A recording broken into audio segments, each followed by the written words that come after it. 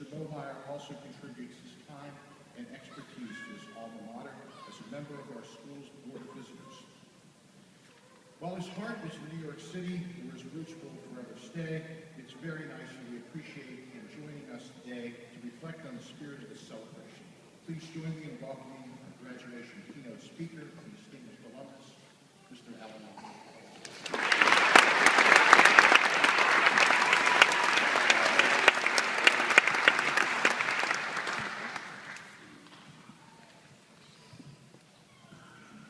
Good afternoon, Pittsburghers. I don't think I've been in a group this big since I saw the Steelers beat the Giants in Giant Stadium in December. That's true. I know how to talk to Pittsburghers. There are two reasons for me being here, and the first is Dean Larry Davis. I was not involved in the Graduate School of Social Work at all for many, many years until about 10 years ago. I got a call from the provost, John Momeyer, and he said that they had done some reading and they saw that I was out of the field of social work but doing interesting things, but that I wasn't involved at all with the Graduate School of Social Work, and why was that? And I told him, you know, everybody makes choices in life, and I had just made mine, and he told me that the dean was coming to town. Would I see him? And I said yes, I would see him.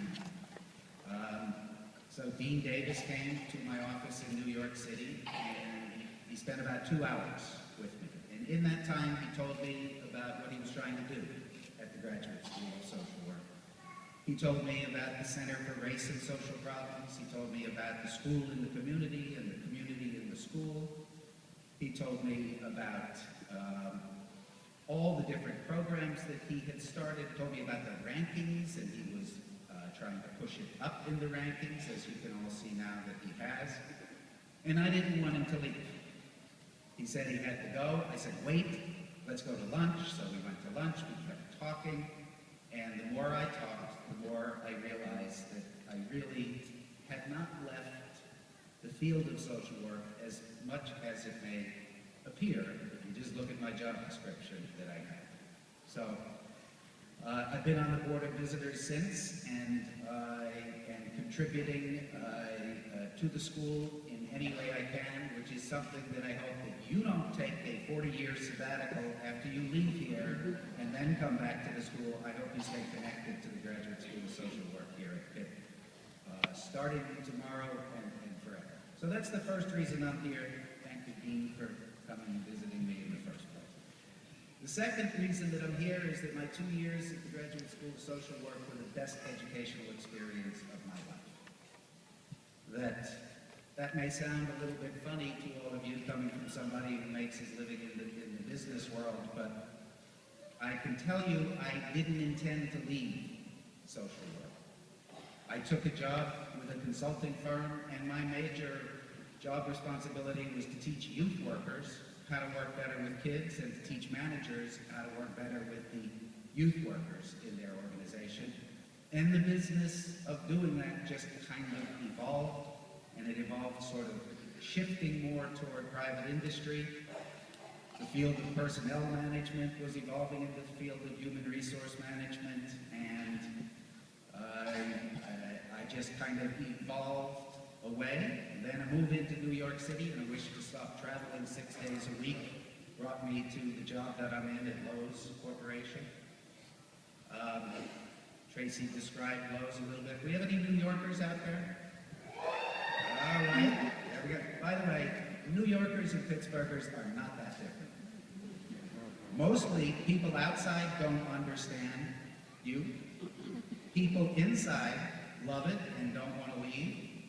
And they're both cities of neighborhoods. So for all you New Yorkers, you probably know it as Lowe's. This is not L-O-W-E. It's not the hardware store. We're not going to build anything together. It's a whole bunch of other businesses. I've been working there for 33 years. I really only had 2 jobs in my life after I left here, the consulting job and then the job at Lowe's. But I made the point that my time at the Graduate School of Social Work was the best educational experience of my life. And I want to tell you a little bit about what I learned and how it applies every single day. First of all, lesson number one, and I hope this applies for all of you as well. I learned here that the whole world, especially the world of work, is best understood as a gang of juvenile delinquents. I got to know juvenile delinquents through my field work here. In my first week in graduate school, we went up to Newcastle Youth Development Center. And I went there every week for the next 39 weeks. And the next year, my fellow students and I established a probation department on the north side. We took probation into the community. We took it away from the Allegheny County centralized court, and we took it into the community. We didn't work 9 to 5 because the kids were not available 9 to 5. We worked 1 in the afternoon till 10 at night, and we ran groups, and I ran groups of juvenile delinquent kids. And I started to understand how they looked at the world. I read a book by Howard Polsky called Cottage 6, and it described the roles that young people play.